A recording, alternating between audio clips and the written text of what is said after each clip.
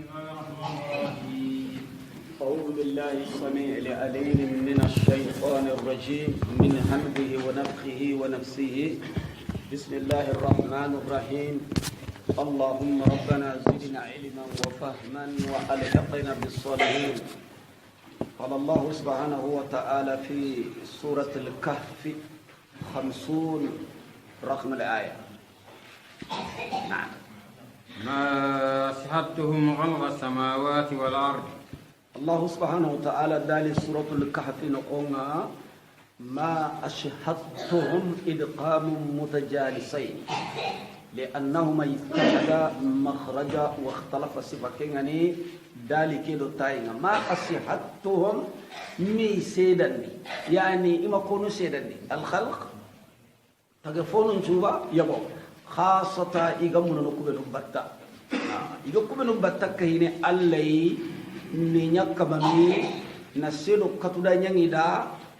نانيا إيروا فوسيرونو إيروا فوتورونو فورا مندنيا ولا حقون كنيا إيرانتانيا نكمنو إيرانتانيا نكمنو يجي كل سوي كقولوا الله سبحانه وتعالى نافامون ليتك أدمر مندونغ ننتيرانتانيا نكمنو ada ken dalilen gabe no Qur'an ade ada dalilen nyugwani ke kamu ke do nyenyen tagande ini shedan dai kembere takki suran tanya ni maka kamu do nyenyen di no gudu fonga na tumu iga kamu tagana adi no gudu fo nyenyen di no gudu fonga tagene munan kuma sede iki Allah bi shedan dai kullan tanya nan badi fono yi wa khalqa anfusihim amanya imenu tagande ngokoi imenu go tagene haqqati be Allah mata go sutirni nan tinnan taga nanya mania imi sedande kamundo nyen tagande nga wala imi sedandi menu tagande gai ke wase tagi honda ngani logonta u yangan qawa to ko tagi hon kolle ko me ananga gellang na dunga tagi honya nanga su anta khalq awa tagi honju ni ko men Allah ko men yana su Allah ndaba ka Allah tagi honne nan diye bo tagi honya ni godan ndaba nai tagi honju suni Allah ko men anga da duba gandi ko ma ko kedi ti buccine be na to Allah man bagande mata ge honun kutunga dam bagandi ko ma ko ti buccine be na nya Allah man bagande yo kenya to ne anda ka ho Allah ikabale gan ka hundi tikem pakke be anga da bagandi ko ma ko Allah subhanahu wa ta'ala di imi sedandi kamundo nyendi no kudu hon tagandenga wala imi sedandi menu tagandenga kai na وما كنت متخذ المضلين عضدا iki Allah manya igo ragande nyana limu gollina sanku hoduko hada mare mon paka sankiti humbenu shaytanu no fubani yambani ya hunkane igi batta igi kunu iga muruniya iga tange mundoniya kamane ndi ximan ko yoy ent kamenu tage honu ani kamenu ko mo ani sugande suntida kamane ngano ko sugande ngada iko mumkin me kaga mununu ko benu matta sugande tida wari sugande tida dalile hananya ay ima sede hohoy menu taganden do duna kutendi no do hon tagande imasi dai siremi tirin suganden tira iza ke sabu da Allah to no talati sanku honu kubenu ko monga sankinitiya ike Allah makullaga de mandano yi ni daga de mandano yi adulu lesleni mani khuli agon chembendini anga du fanka kitatai na ka hanga gelli hari ambane raga fobeda anaka hayana na wamma fobe gambane kanyana fotana naka hanga agana kahuma me gasem beluna kahima me agana fankama Allah subhanahu wa ta'ala ti mi raga gendang ngani de ima ora ga kuma no kakunga sankunutia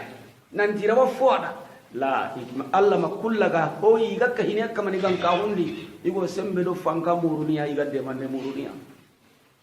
na ويوم يقول نادوا شركاء الذين زعمتم kamane ngake kota ho ko kanu dine mo gosi paske kota nyallini o suga giri o taduru o hetundo be suga sare mo be jaga mo gondi Allah jodi yawal qiyamah kamane ngo kisi impose ne sere banan ne sui anga bire mo ko be Allah makko ya ngafare makko ya nabi nyime makko ya kitabe damari kamane ngwan tirindi anga ko ona hakale ngi nyandu angara ho tu nangolli tay nambire tay annabi nyime damari qur'ana damari ko annabi matonu faren damari qur'ana damari amangari dinan kitabundi angana golli dikenga tandal la badu yalla nantirna ya qiyamang ko tade antro nga Allah subhanahu wa ta'ala di ati ko ta be gi gangudu نعم الله نبي قامنا نتري المانيا ويوم يقول نادوا شركاء الذين زعمتم كوتا بيغتني نادوا شركاي قدينك الله كفل مونغانغو كفل مو بزعمتم كاغرا كودوناندي نانتي يبو الله بني تونغونيا hakudo kunin ka igara ko sirno kun kan ta fotorno kagara ko benu zamu ta ko ni ka hallai kamani gan ka hundi foga munniya ida ga hosirno ida ga hobbono dini kaga tanga yem mundiya ko lata do uzza do manata ko na wudu gellim munon karagibe annabillahi nuhu suronga nyibbatta kengari wecci nan takandi do haramara mun takandi endi sankendi gaboyenga nan kinya meccenda besui sirebe ga tokkido fo banan nei anda siginde allah pala singa aywa qiyama miranga allah wi ngambunu de anati kada yemmun khike kube no kaga di kahinki allah kamadi ganka hundi wore dunare kani khille dunare to kebe to ngam ma ngana de gutanga khille muno batana an aganai haju sunyana awada gani munon khire kumbe ga tunguru abatta kube lata do uza i menu watu nanti matta kandi mafonya khinyi telle ko sindida iwada gana tisiure hari hobe ndai daga naga jallanga an daga na tusawriya kumbe dugani zatu anwati inta telle jihadu ngaga jange ngara giran tara abada mangan de kanka haljo ngai nan daga saram wato ko khilanu kay menu ke mangan dan to ke agiri anari ni mangam paju ngani hobe anna ko nada wa kamanen na tiyere lenki allah ha karagana nasru munul lakai janaba malaki al munga karagana nasru munul lakai na tongi na garondi jahannama di nallondi yimbe ngo handendi nallondi yimbe ngidendi duna kella manyi to gonan gendu koy inda ka culla ngai jambene suru munu ina ose anna bitellandi na anna bugo anna daga anna ngolle me kete tunya anna rikandi anna ngolle me kete nya sere tangalla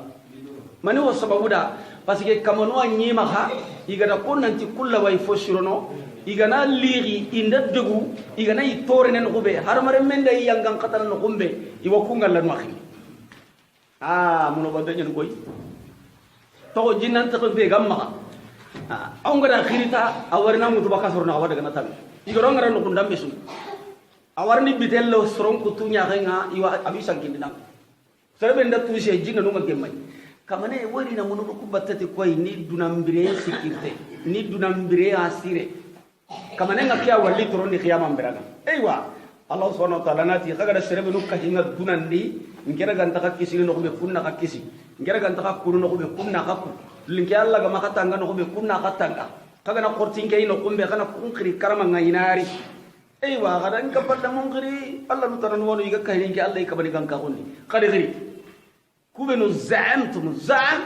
zamani na diga men ko dalle sundam magay sufi ganka ko nyimme qaida ko reñane ke to bi gake kundi ga bunu wata anga tabulla anga be maga dalile tirindi de na ndangara ke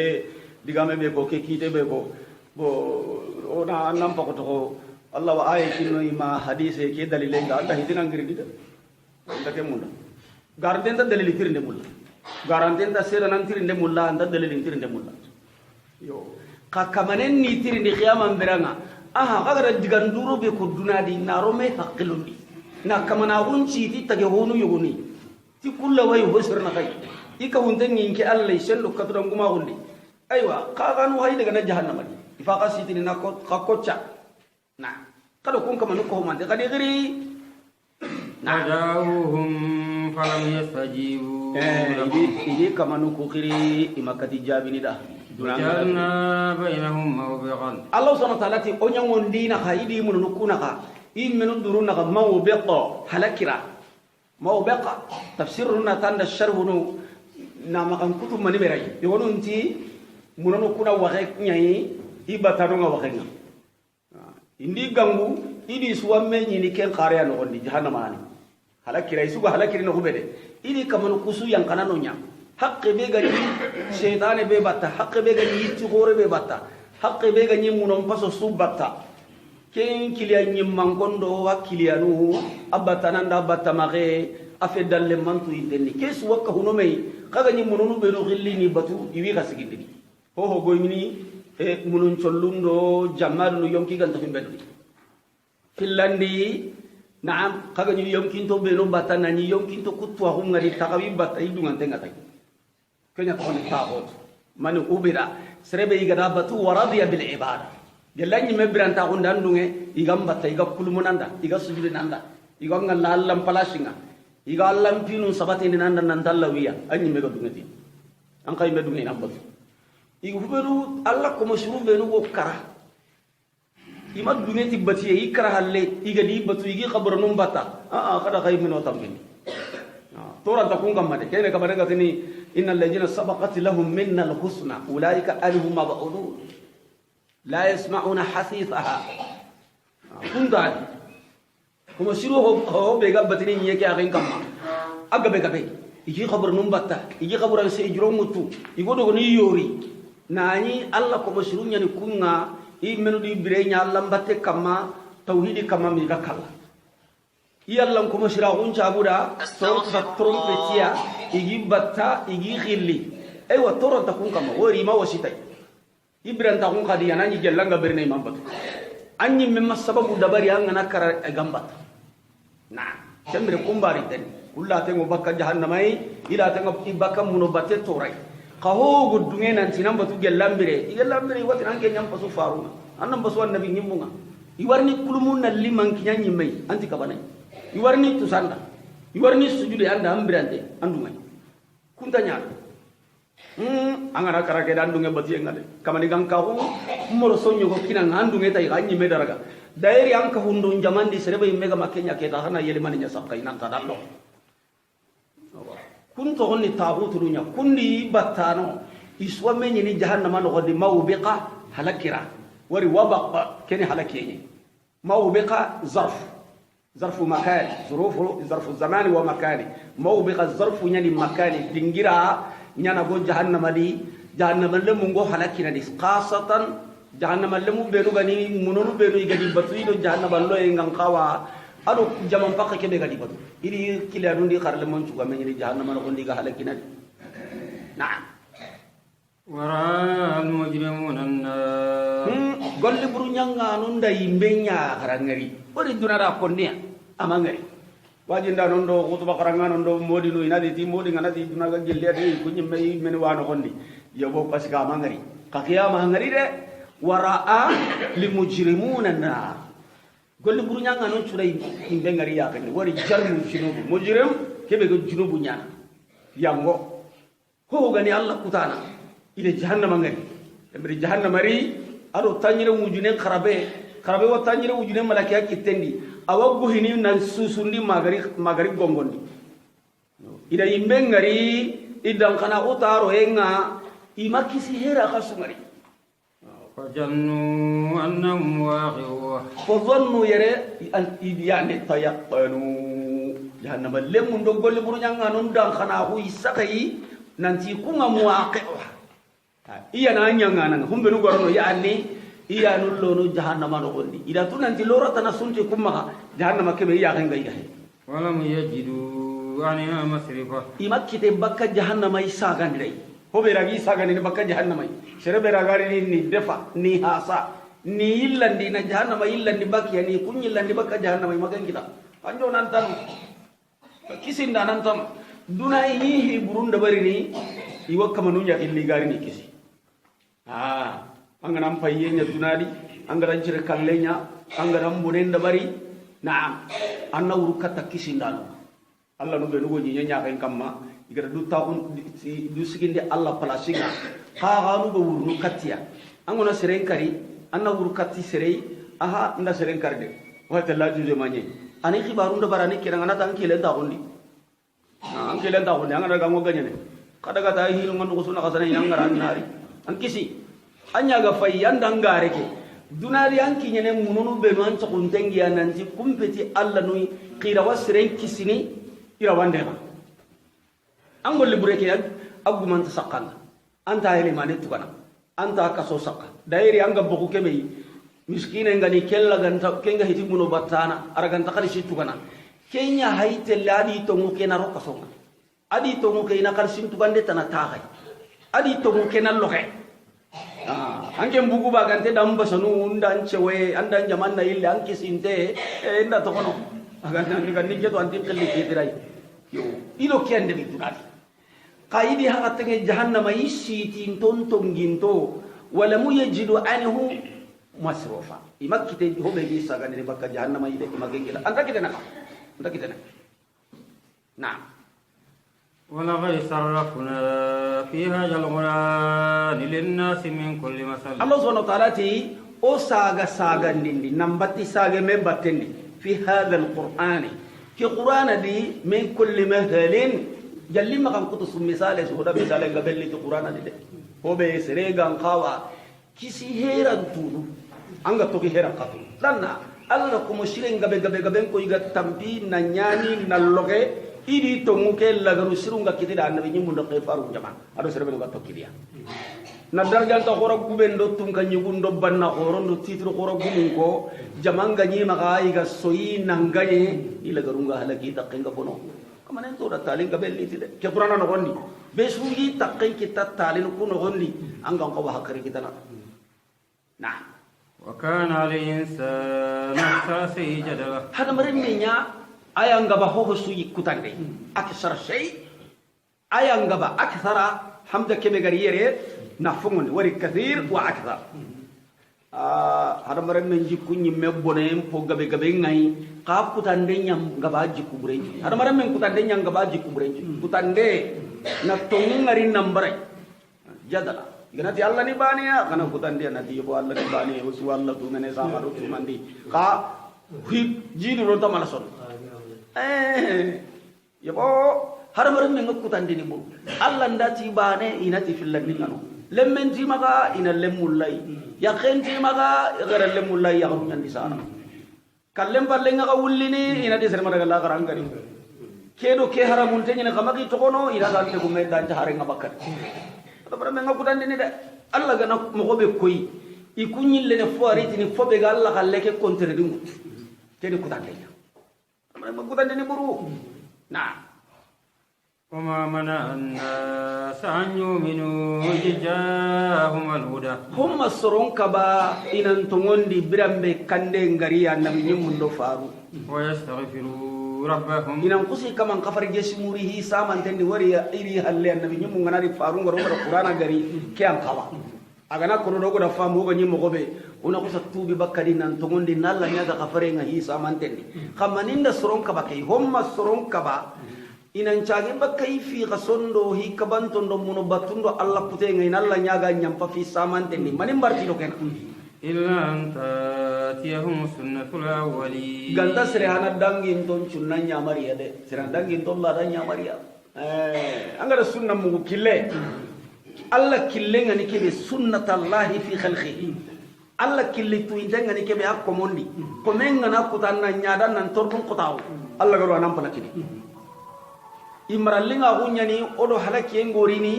ana jarabu ngara hakkamma yelli kun jarabu kana hakkale kini be annatu na homma soron kaba inan chage bakka garendi nan tubi ganda sere hana dangin ton chunna nyamariya na yatihum al-ajab qabla mayanggang kata nari jonko ya nai yanggang kata nari kaya ngai yarinia sagera sunta kai manan jage kata Allah kempo gabere koi yanggang kata kamenda hina yogonunda pangkandundo nagirindi na Allah na yanggang kata liti ajon ko intenga kai kada ya ngai yarinia moy suran takasagan yo kemme amariyo parce que ganyi no kumbe kaga na to mun kutata na nabi nyum kutan no kumbe na kai faru ngarandi no kumbe Allah no kusa yanggang kata liti inga nyibane kutan den tadi mi Allah tinyi na so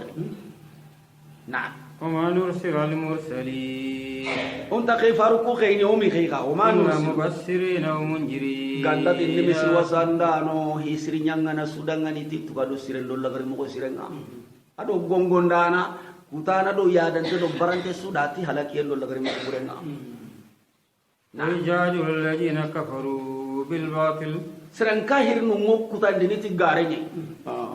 kaida gorem bay wala manu go sikka kamma kahirin do mo gondam be sugari gare angena gare laga koy ibane ay ko ben to kahiringa ho gaheti tauhid gume anga ma to ngondi talla bana ganka hunga nan to ngondi do farenga ni nyamaru ngutu nan golli tay kadrinya dinam peti hillo dinan ni bani ori dina garanta dina gabe nya hayi ni yake aren kam mai gati ne ya yani dina gumunya le katoliki no ngal kercho no anna ma yani dina gumunya katoliki no kercho no buddhist no dina be gani yake aren kam magabe dina ni bani ke annabi gada kibe ko da sallallahu alaihi wasallam wa satafriqu hadhihi li ummati ala 73 firqa الهدى نتقندل والنصارى نتقندل قبيا كينيك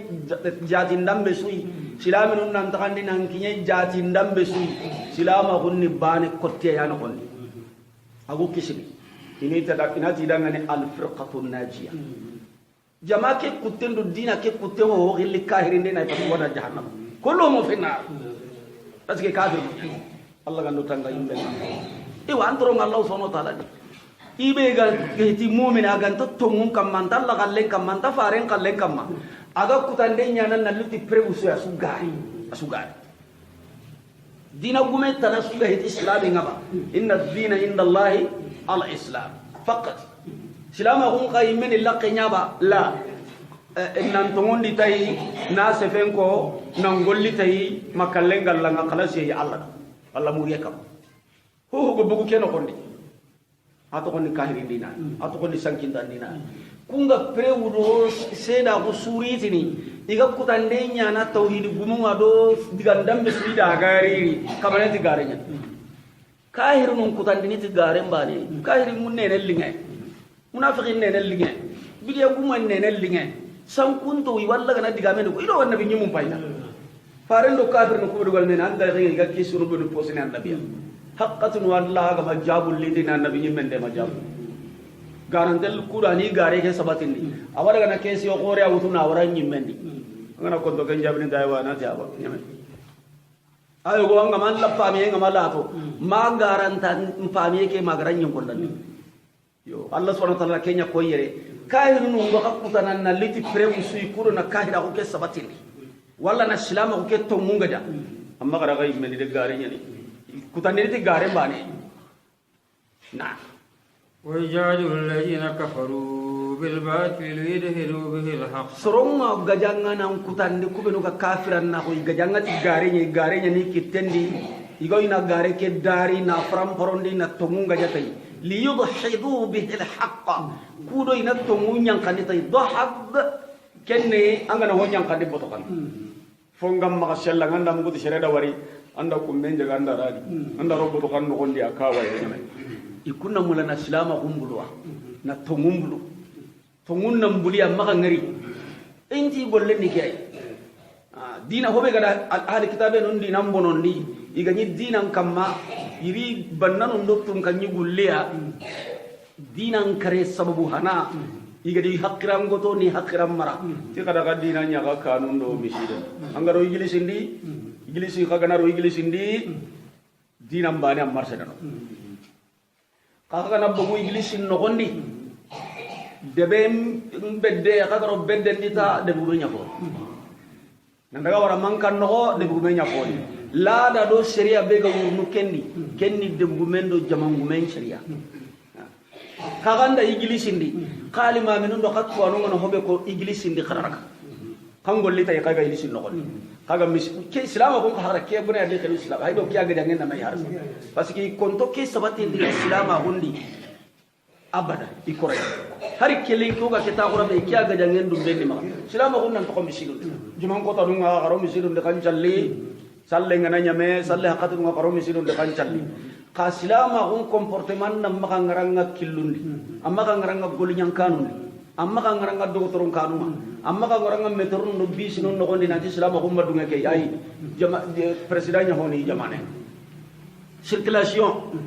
no gondi daga nan caga wundi lalu ngama hobe kaba ada bari jamane dun ko no ko taxu nan to oda ke lalu akere ya sambule nda wate ke nyana ke maganya kenya marsene de bendo jamanundi fa amma ka na ro khamisi den allah pinga marsene angana nyangandi allah pinga marsene angende sima kenjo pesa sa silama hundi yalli faare alayhi salatu wassalam dawan dumbe abubakar siddiq la ajal radiyallahu anhu dahi duke garage aga Abubakar ga nyamulle kan daga Habash dere goy hana ado kebe ga gemu atiyanke Abubakar ya ga mo gonko atanke men ta gillidde be dun kono innan daga anke godde be ina ngirima kanan daga anke me takaba dutani o nyillen kenan garantin da responsible mu annan dina onda gara ko din kanu kuda iti yo basin tadi angara serebe garanti o ara garanti khasarti bane kamade ani dinan to ikan aka akeno ko ani dinan da barino ni islam ko da barino mo be gaggemmay ani qur'anan qara ikan di ani yalla mbatenya ikan da islam adinan gara ho murai ana je ikan kaga na bugu makka sellang mo ma dina ko patana wala dawai kiya ga dangena tuna Abubakar radhiyallahu anhu akan nellinge ni qur'ana di siddiqul ajal aji ku kesren aguna sigi kan daga qur'ana qarna kahirnul lemu iya khu jelli hu benu go jondoro sangallenga lagaruma akram birenga nakinya irini na kampa lebudo do ya ida gakati hobe gara gara iti sada ora lahiru be ogara kiranga ori anda lahiru ngurja ora anchirenga hobe nya sasa yobo ani kanya di me akaran kannen chabuda akaran kannen chabuda ngani aho ya kondore muci bononi ho gate laterinka adga mella suimen ke dina ga jange ma jop palen gede anke ngatini mando debe ke soro nyanga ngemu mando communique soro nyanga ngemu anke ngatini mando fankanya ga ngemu mando population ke ga daga kanne anjila ma gunja gunda ira bungora anna lamba te ngarahana enya Allah ta islam ya ko ando Allah na gemu ando dunangu mun kana gemu gare Bubakar ti yang balla hidun di Allah la hidun anyame kayibu manan to kiya kam manan to to mun kam makallen kalle kafir nun ga jankitenya ne ki gelli gelli ida lu hudan dinam bono ni tikiyai ida wana saran dinam bono ni tikiyai gelli islama gum pinna kuma sante ida ki ga jankitya utuna tengen tay anga na tubi gelli ho hora ganta bakkadi am dinan to wankan anyame kada ka dinan to kam shidun anga na bogus presiden di anyame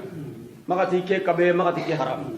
makati ke wajabanga makati ke mustahab dinan diga me me o makoni tunga nyugul lalwandi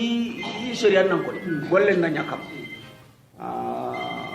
Allah subhanahu wa ta'ala hay kenya kono dayre nan tum ma kafir nun trika ise sum magaranye men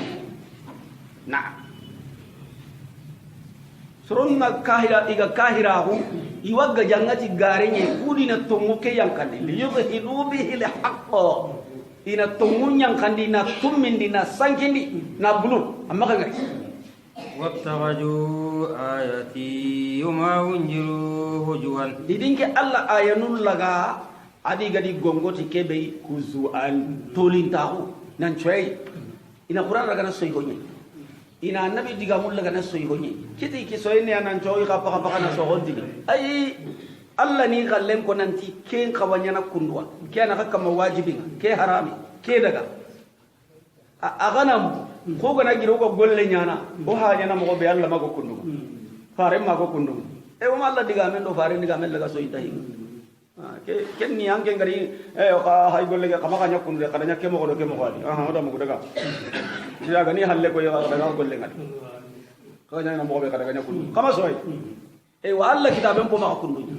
Allah rakiya ko ida qur'ana raga adi gi gongono ti kebe nanti maga lakuta jahannama be watahini kane ani maga so into koy isa ko dete na ومن أجل ممن ذكر بآيات ربه kontu nyongunta nan ko serbe zukra igere serbe waji nan simmandi anta ge menga nan simmandi an kamal lingunda ko senga nan simmandi an palaki heran dan kisi heranga ti ida ke simmandi nde do ke hakra yang kande kanya bi ayat rabbih ta kamanga yanunyai ونسي ما قدمت يداه فأعرض عنها أغبسي بل بكي أغبسي هلكو أي كنت رانتنا نقض السربة إذا تمون كويانا نابرهو متو قرانا دي الله ديغامي نغتي قرانا غاينا دي النبي نمين شفندا بولينا أنغا دامبال لكو يكينا أعرض عنه وانا أغسى الله تبكي تيكارا ونسي ما قدمت يداه amungo ngai neki tenga ho be wari kane wara Allah subhanahu wa ta'ala di oga golle be golle non kilen nan to kadiya bana ya allazina amanu taqullaha wa litanzur ma serbe no ko to wondi tallai kakkanu allai ولتنظر نفس ما قدمت يدا يوم كسو غادي أنم باين دي أنك تقول لنا ربي ورانكاني سربي غنا مونغو أنكي لين تدا نقول لنا أنكي لين تدا نشوفنا أنك وانغنا ران سورغنا أم بالله سقانغان سقين دوا ونون كارنا أنم ميري أنجي ليلا كرنا ورسا ساندا مني دبري أندا مني بتوونيا أندا مني قول لبرو دبري أندا مني قول لسرو دبري أم بارا تكان نلو anda mani batiyenya anda mani kutenya annam pakrenge tize mo gosiri na dufai esekando sakken qawa gagli ngana sako kundu kallenga ni laga ke sakkedi maga giri mani problemu ni ndandi aga tora kinyani ngalla ba alla gan qawani tirin dai wandi hakke gani ngam alla ga qawani tirin gan qawa tora kinyani na wani ban kilen nan ngare kiyadi hasibu anfusakum qabla an tuhasabu ma Allah subhanahu wa ta'ala ti siribi nugo munguni gollundi digamunga ango kirana nyana tantan kite nganki lay menta kama ken humbe nugo masara lay masara ayanunga na jalna ala qulubihim akinnatan Allah subhanahu wa ta'ala ti oda be gado li sondo munga ina maga famu Allah subhanahu wa ta'ala ikeda kuncondo mumberi ni sondo mun texe madama sondo mebbe ga fuku kafira hundo mushrika hundo munafiqa hunyai ida kembe ya dubane kellan takalla diga mun pam ne yafqahu imma qur'an ham imma alla diga mun pam wari barante ngai na fi ajanihim waqar kama nanti da suta li torun qadi ta kuno na seheke abuta me seheke na ha ama kasadunga no mbe inda mu kude kahirin tamu ko wali hudian tamu ku asaran tamu ku munafiqin tamu ku barante hara ko sallina ga sumunu anga qur'ana jurmuna kama na nabi sehenda golle juruma kamma atorona man kange kiyadita walla gada talibe katiya kam ko serebe yani bima la yasma o nga sehne daban na wa in tadihum angani gri kata kande nga falan yahtadu ijan abada inta kande ne kempa katinga abadan arama alla gada serebe sondo mentakhe nasu hunun kilube no aga kawa khairin kitanatia toru liao lakke kamanenti da beri ndenya iho sondo mun kama ni torun sudu emre kunta kaganya ne la nyahtalu ira takande wara anna diga me nyammuku anna hakre tangi diga me kedi anna sabata an sondo mendi aga sabati sondo mengo saka ita suhunu ngagillina golle dabari madama alla gada lo killu ndo kinye killu be go daga na kinye sondo menga tongun nan daga sabata di kun killu tere awa ngara ko lamu mangara jinno ko nga aga dalla bibina kamanta angana karanta jiwun ci badan yana no kodi ida kamanenti kun kan dene kammo ko inta kan abada wa rabbuka al-ghafur rahmat ankama alla ne qafarin danake zur rahma inna intum kannaya na'am law yu'aqibuhum bima kasabu alla ganna komo kura gana ti hobe igara golli na ni kada alla kute nya bane nondo no an kusa atuga den kina tay alla ganna kenya nyana la azzala lahum al-ajab ni yang kadan kenya ni dade adam rabbu ngollu do barni haqqatu ni dugunde bani kawana nyana kundi kunnan kawara gena nondo no ina halaki dubane alla shiroye ahinnan tahu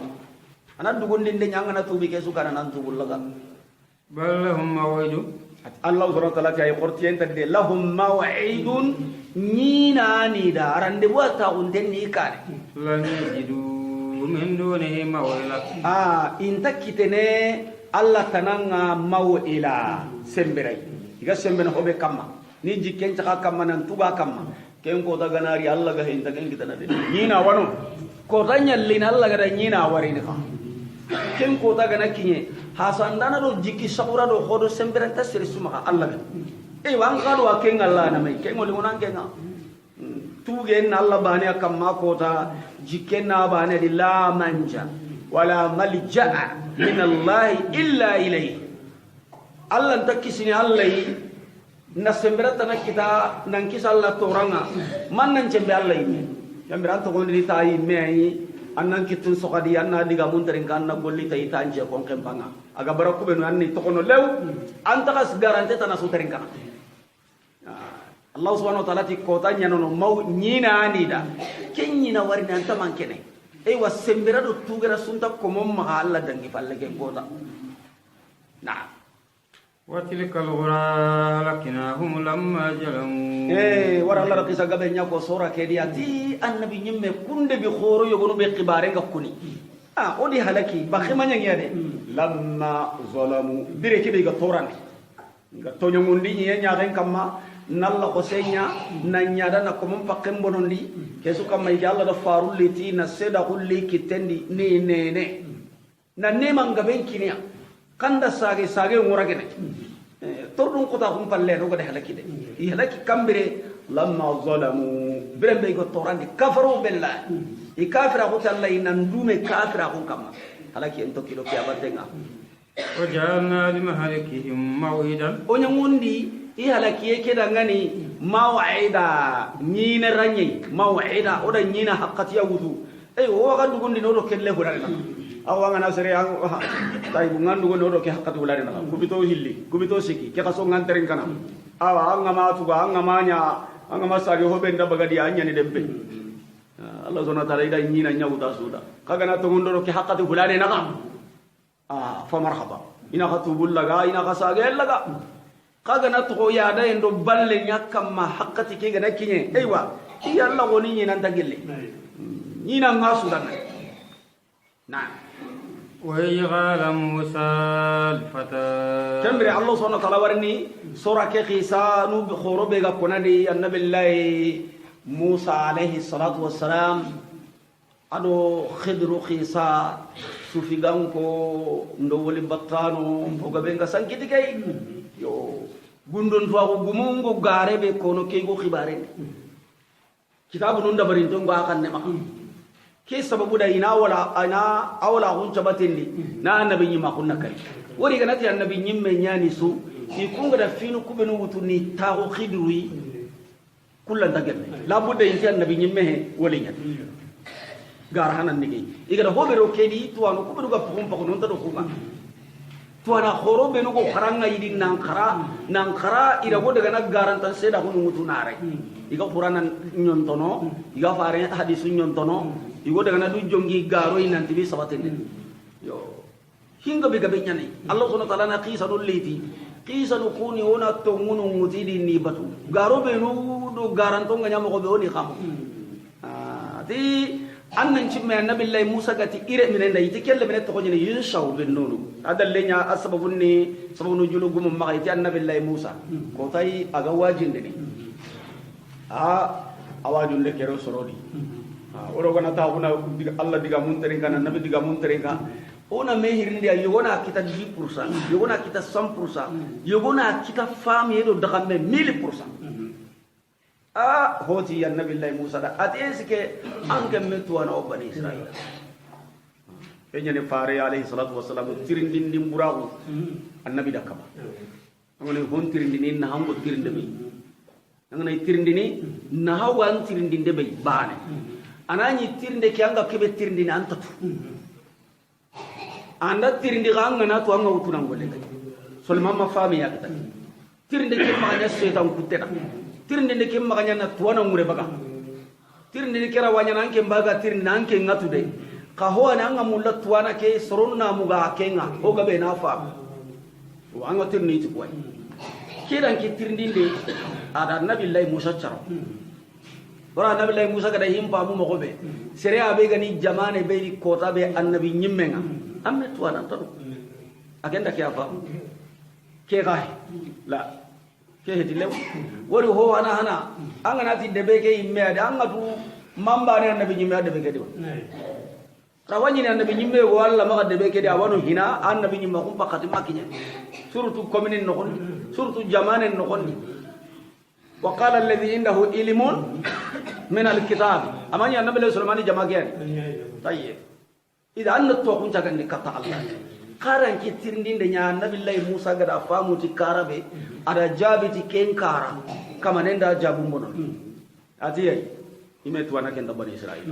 amakka wodu ide me Allah ra koy nan tadan ke jabaru ni kawadun tan jabaru kawadun te nan jan nabi nyimmen kawadu ide na jikundi annan kawatu wa nyilla ni kata Allah annan ti to Allah hori to Allahu a'lam Allah subhanahu wa ta'ala da annabi nyimme ada hareli tay karama Musa esoro nyogo wano kan tuintanga ke an kadi jabi nanti ay awa serenga non tuintanga Allah ka man no kun ko inga ke gani wori ku khisa na hanga be gabe nyani ke gani to umuriyan faralla wona wani bin boy annabi nyimme nya hay Allah annabi nyimme nyani akhi fare nyani na tawratan kinai Allah na diga malle ma ka kamanenga da koy tuana wono ke an tuintanga ta no kun ko inga nan daga to umunda to umure ni sere su kama wajibi nya oh orang ada, iya, ni kalau masuk orang galol lang, ibu aku pina telemani sabun tua umur, ada lebih na orang karlang, anda pina mana karang ah, antu aku umurnya mencabut umur, ini aku tak kurasi mbak. An nabi nyimbengi kita pun mutu nanda gakana, an nabi lai Musa hai ke kille terna karal lemma kun kille ni, lemene begani la Yusuf, adi yuk kumu di sakai membi, iwa ke karam mu dinggram murno wada Allah nyaga. Allah na palashin ko yeyi ga ngalla palashi be agan no kumbe ara kille mu Allah kenya qisam ko no dangani kamanenti wadhkur hana ya Muhammad simme birenga ويجعل مخالفة annabi lay Musa gati le menen dangani ken Yusa أبرح ati ntagilli de حتى أبلغ مجمع البحرين mingan kinye famum pilli dagaranga harammo no krisu kabelu ngana giri ancera lemma hondaga ngana giri kar lemma walli kunda gai men ngana giri lemene go li dagin tunjere anda garan ko anya gara tera lemma be muru ke anya fone anya lemene ni anya wori kanani lidi mbatteta kai ta garan ko nanda ay kentanya annabi lay Musa aga lemene kebe wutu ay wa ta dangani igelli gadde marene o hay daga na de o ga daga nan ko be nta durantu o daga naade Allah gada hobe ko ndanga hobe tuwana be murnu hangum billi won tokkini mayno ko igo menyini nangare medi no be ananonya kenno kuna minna ati inteni ba Allah tuba aywa adile mena dan tanjam bana do bona daga nya kamade mo gan kinyeno o gana ngari jowaydi o gada ngari le أو أمدي حقبا minna daga hukba qafu tanchigen cinan jati ka be hukba Allah gada ahqaba Hukuba bin Abbas anti wujune shine na ken konte magan kinye tanchige wujune shine ken wujune shine kenye na hukuba awre na kamba gat hobe ati ha ko ni lemena ke dawa ngo se do serebe murnu itana pamum pilli me nyiranya de ga korsene me no kombe ay oga na wari o daga inni am oga ndawari oga ma wari o wun kutenya na terden ta ternde ngalla ma wari aw amuli hukuba minni muhimmu ma nyoga daga na immona wari hane wana wari o ternde kadde oga ma ngare o da murunde ngamaide dagille ngur daga na mingon kinya hangum pilli me warranga igo ware me dino kumbe minna nya daga na nga abada na فلما بلغ مجمع بينهم hinna Allah ma birambe ihilliga kinye balaga annabi Allah Musa di le menengo kinye kahumeranga fangu kunaka Allah dara mundu itwa gundira kuto samantendi khairin na ken qadi ko me Allah gada finya mo sudi angina du metay awwala haraga danyo ko do ferondo o material non tu dabari nan do na nyamo gobe Allah gari hi waradi kem pososio bono kem pala bono on Allah tiga dan duwari o khairin na kenya annabi Allah Musa akem makai kana kenya hangum pili me nyiranga ta iwasere kenya no kakamanem maken kan ile fokan toga halle ata hanan ati biram be ga kenya fangum pili me tokiranga نسيا حوتهما wari khidru ngari rani no angari ni non khai igari i ankano na nanyige ni mo godun dabari i mungi nye nga wari ti annabi Allah Musa Allah da tagu man jengine nan tan nye kay mutu nye karinte mutu nye da ogati ni heda na ro kandal lemmen ken nye gana bire no gube nan nyang kajindi nan nyang ka birante sereki nan no gundo ni gare nyani to gundo gare nyani setan to ko nyani gundo ngara to ko gundo ke mo hota nani awano de awano to ko brenya akitabu ngano kidina dalla to nyani kunga dina be gan Allah dina hede sabedi killu nyani korton di killundo setan killi qaso igina no dina kitabu nyagami medi ni garni qur'an nga yadun kahiya setan e anteli sabu nyani kenya le to ko tano gundo gananga fo ni garle may Allah gada ke to kutu indi annabi Allah Musa ya da kile mene ken wori kandal lemme na lemme nyama ha ta ka ante nay aha atan na nyata ke korosi de alla gara tagu manje be ko inga ken ni nyata ke kana bire no ko anna korosi anda bire no ko be tanna ko ne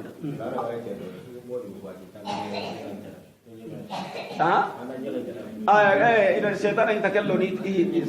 setan nyana kello na dai setan ori setan nyana kello ni ore amada manga setan ya khilli uti ida kana khayde siri siri nyawtu na foburen tokkay hobe gara ti tanga ternan na nyaka nyata tay bu anne mu go itele ku ko no ga nabillahi musa allah tan nyaka nyawtu safe donc allah da korte nyaka ramunda nabillahi musa amba allah imi nyana korte karamunda nan kisu setan kille hi gere gerente ani allah subhanahu wa ta'ala gara wara nabillahi musa kamma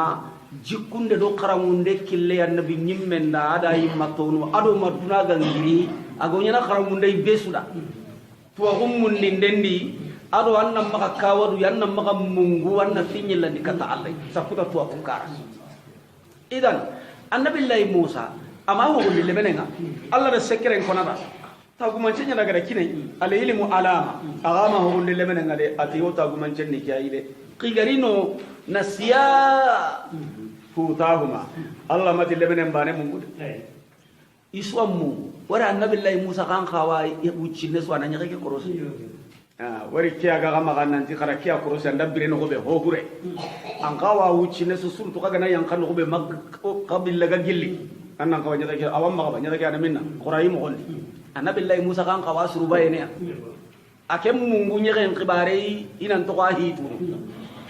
lemenen bega sere nyere ke birantenga yogonun ti kembira nabillahi musa wa khen khane amadu geina wulli anda sere ina kona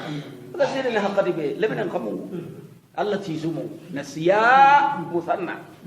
musa alayhi salam adi lemene isumungu nyere ke ribarenga musa mungu ina lemenen tirini nyere kontrol ndenga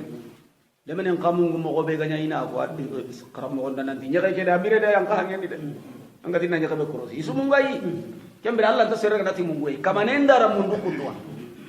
na fattaja sabilahu fil bahri saraban nyegendi kille mutu hangendi saraba bo gonda nayti saraba ko ngara fujinga na daga nalingi fonga aga bo kono nyega kembire na lo hangen no gondi nyega ngana ro jinde aga mo be nyana na nyanya ka kanto ngaga jimbo kono daga na nyanya birante lemene ngata una wa fay akile ngari karambo ngana giri awa ina danga de nyega be daga me allah da kanu ikunna li na place ke na ni qidrun tano ina tauna dugo qidrun na linni nyino kamane makella wajibi kunya na nyina ni tamre igarina ki haqqati sama allah di mungu ni nyegen khibare lew na falamma jawaja qala al fata birambe jawaza illi gaddangi annabillahi musa di le menen gaddangi iti gaddangi gelli annabillahi musa na giro diga kijeno tambiye mi daga yoyi nan daga tan wanne waydo in allah hinne da ne madi kai gaddangi ta debu endi kita terenden tambiye endi kita dulle ngindi daga illi gaddangi brabe annabi nyimme keti le menenda na itina qadana atilloyi to igandenga de o igande be gam makarici onyige laqad laqina min safarna hada nasaban o ku gemmalle ma godan ke terende di tampiye ngade oda tampiye kita terende kedi o iganden ke li to nyige na ala rait lemenen kakile likembe wara gati gande liti yokuna kande ke nyige nyino nya tay bu mo be ganya nyige ngake da kakile nyanga ate garam mo ganda tanda ngarde ara aita anda ngarde ijawaina ila sagrat bire kebe uga do dukka fu gidindunga ngo faka yanka hankanne ngan go be ogo yanka gidindunga gore karanga atanda kem pakati wari fa inni nasitu al hut atinke mungu nyeke ke khibare nga kenya halle nyeke ke khibare nya no nya nambire nan daga kimunga khibare nga fa inni nasitu al hut mungu nyeke ke no awre di mungu nyeke ngana to ono de la nyeke khibaru mungai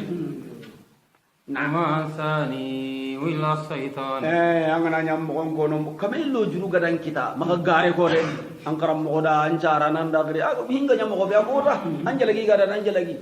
igang katta di meinan katu aga nyam mo be tongu ko ata anda tongu uga yakano kumbe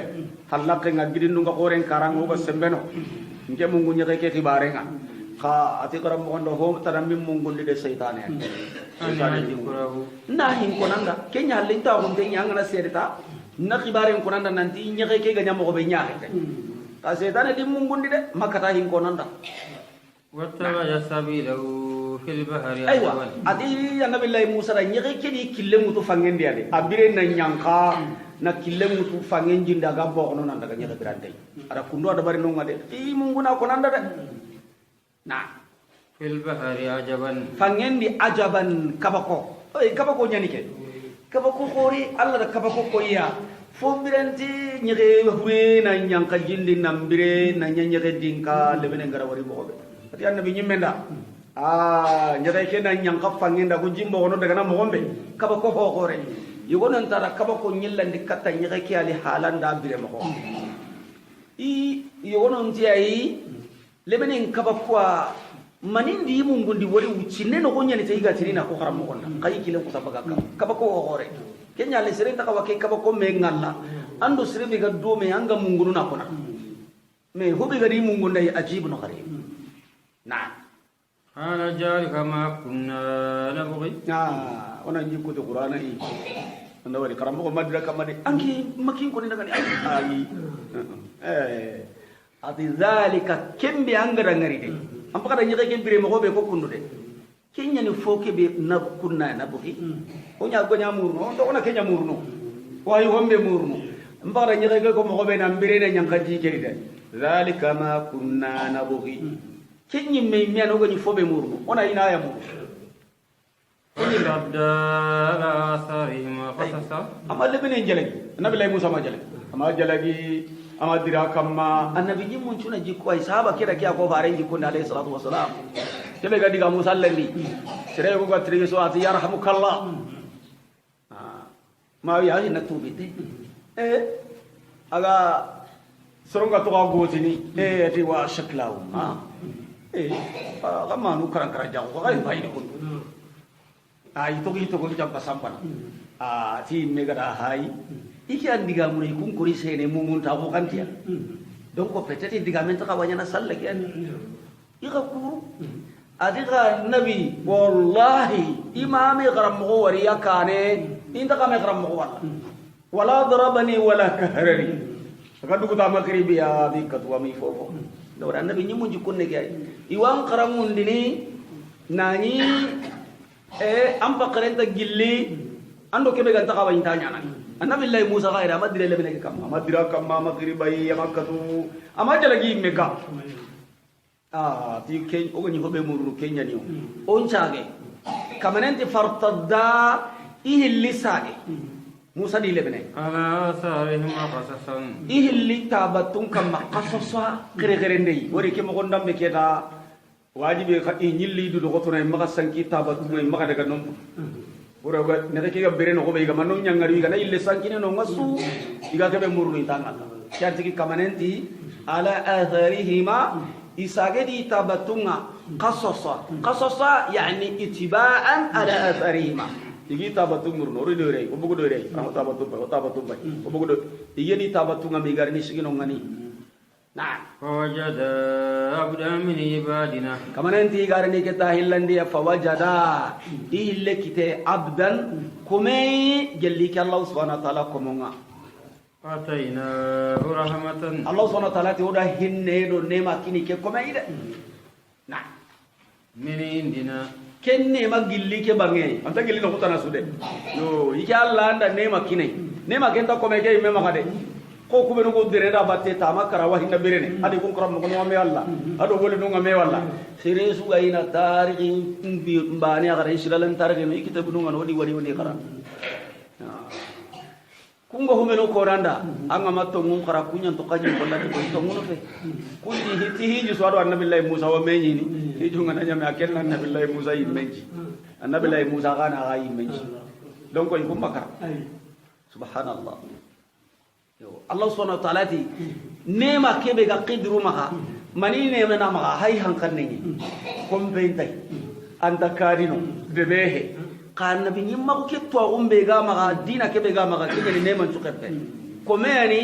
ora nema kine nema kebe ga gilli ke Allah anta gillahi me bange dai meranta nema sunya na duda وعلمناه من لدنا علما oda tuyindi nangiri ke alla no kunga iliman tuwawi oda tuwawi yugo kina ide ike alla ga tuwunu benu kinni komonga ni hongondi me ni gabondi me ni warame kane tuwum paso yugo wanke maka kem paso nta ke tuwura bane maka tuwum paso no sikia ke maka hasono hilya ke maka me anke paso no ku illi tuwonta tuwum paso no ku tamega kebe maka kenni alla kallenga ikun kusa kenya ilimul ladunni ibu guranya ilimul ladunni limul ladunni kenni gundon tuwaku nya kediru tuwaku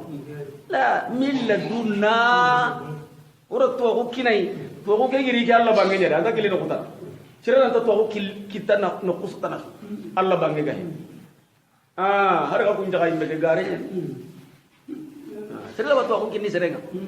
alla ana tuwaku kinni serenga seren tuwaku kina kinanga kenkrempe karamugo nan karamundi ani no kon quran danda furin ta godo wattu be ga karlem manga karamo ko nyaarengiya arabi du do kotono kunga tudo kulle mbra ko do kum furin ta godo kun changu gajare ne mo fo be gajare ne tinan diga mai nakatu na dema na rai na to kala do to ko dini na rawa no dini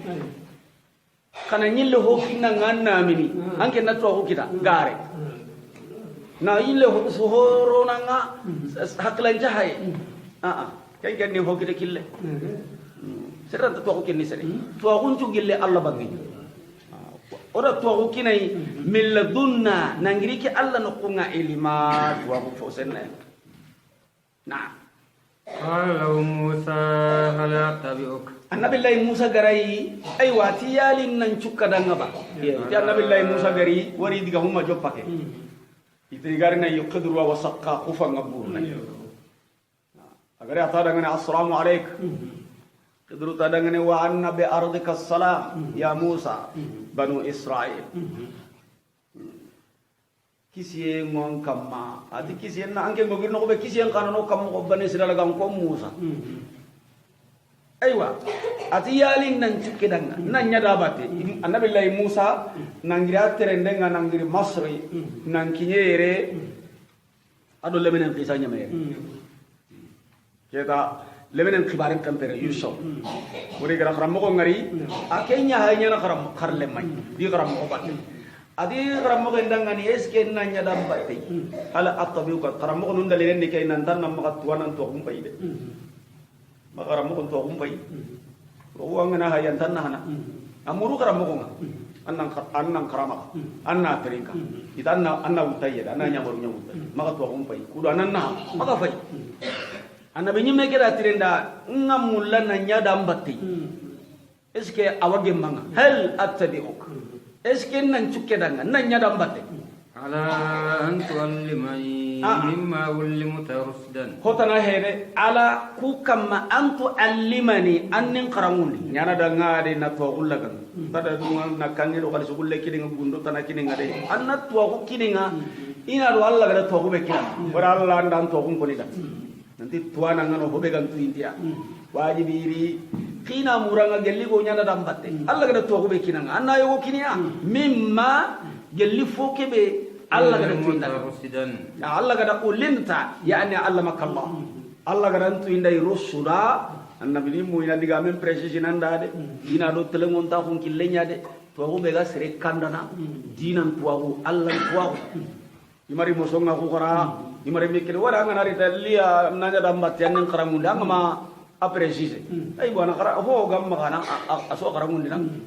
jalli mi kadi sanya gani karamo ke kanda giri daga mi kadi sahu ngadan nada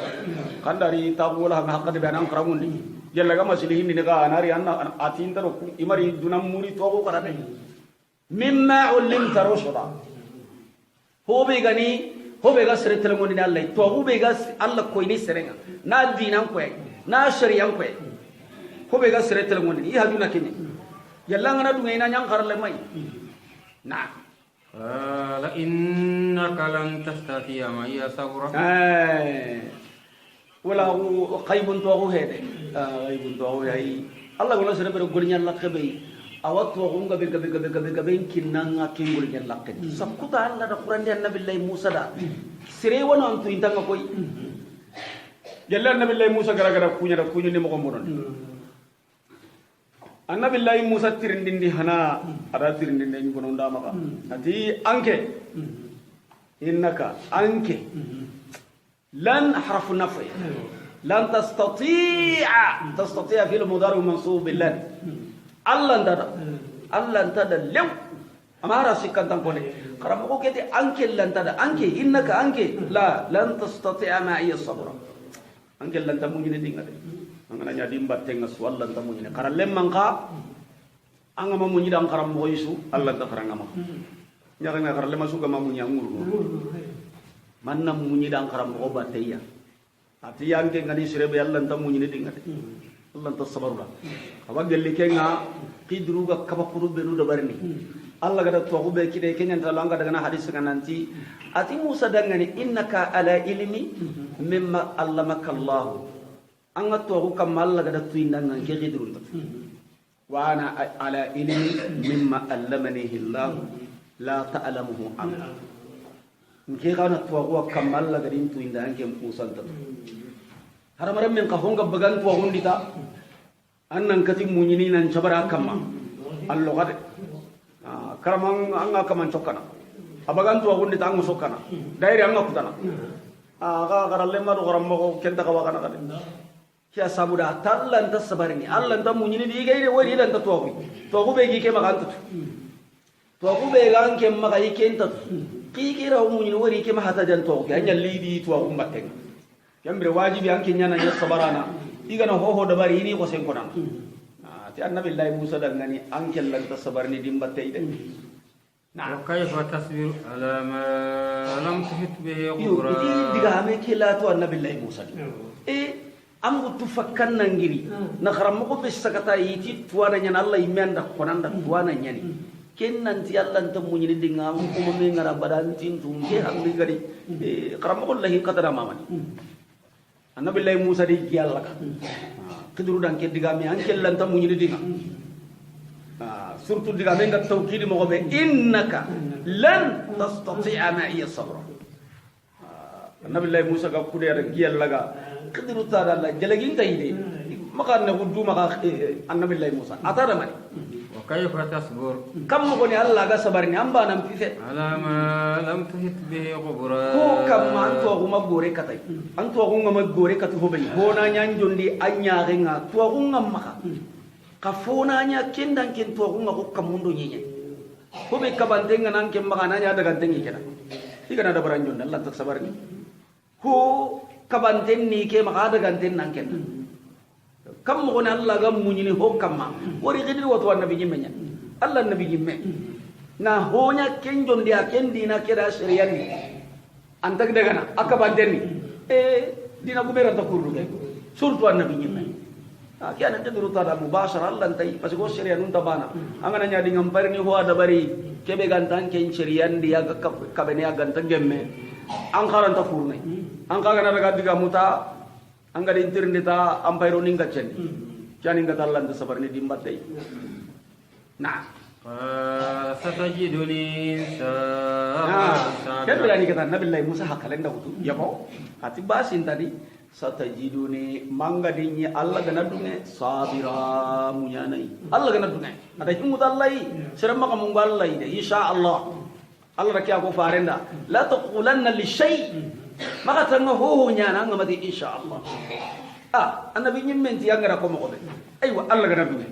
imati mu nyana ni Allah gana dunga anganya ni sabaranai